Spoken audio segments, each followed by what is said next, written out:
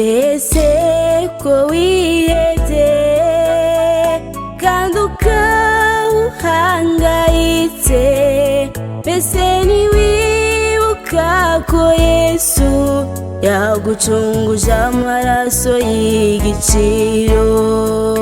N'ibibazo byo mu isi byanteye kwiheba, nabuze aho nabonera amahoro y'umutima. Ihangane, ihangane turatashe, twigiriye iwacu heza. muri iyi si dusanze Yesu ngo aturuhure. ihangane, ihangane turatashe, twigiriye iwacu heza. muri iyi si dusanze Yesu ngo aturuhure.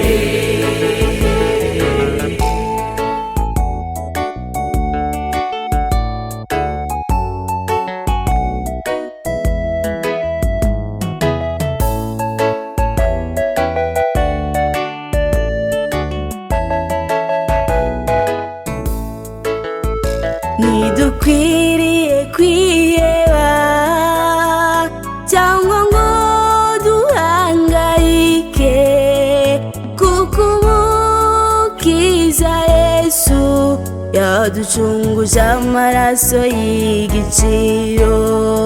Ese kwitimbanya umwana wayo waze kutubera incungu, yabura iteka umuduhana, nibyo dukeneye byose. ihangane, ihangane turatashe, twigiriye iwacu heza. muri iyi si dusanze Yesu ngo aturuhure. ihangane, ihangane turatashe, twigiriye iwacu heza. muri iyi si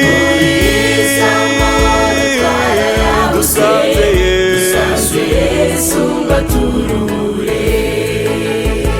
ihangane turatashe, twigiriye iwacu heza. muri iyi si dusanze Yesu ngo aturuhure. ihangane.